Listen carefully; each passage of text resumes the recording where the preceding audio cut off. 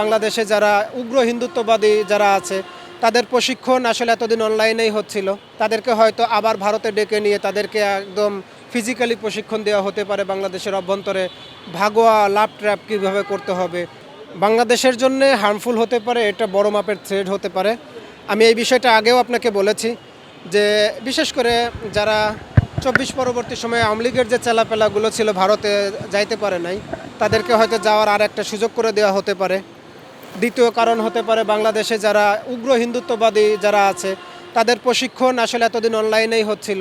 তাদেরকে হয়তো আবার ভারতে ডেকে নিয়ে তাদেরকে একদম ফিজিক্যালি প্রশিক্ষণ দেওয়া হতে পারে বাংলাদেশের অভ্যন্তরে। ভাগোয়া লাভ ট্র্যাপ কীভাবে করতে হবে, বাংলাদেশের অভ্যন্তরে কীভাবে আপনার বিশৃঙ্খলা তৈরি করতে হবে। তৃতীয় যে কারণটা হতে পারে সেটা হলো আমরা যাদেরকে ফাইন্ড আউট করতেছি, আপনার চৈতালি রায় সহ যারা এই যে আন্দোলন সংগ্রাম করতেছে বাংলাদেশের অখণ্ডতার বিরুদ্ধে গিয়ে, বাংলাদেশের সার্বভৌমত্বের বিরুদ্ধে গিয়ে, এদেরকে আসলে ভারতের নিরাপদে একটা আশ্রয় দিয়ে হতে পারে যে তাদের কাছে তো 2টা পাসপোর্ট থাকবে, এটা শিওর।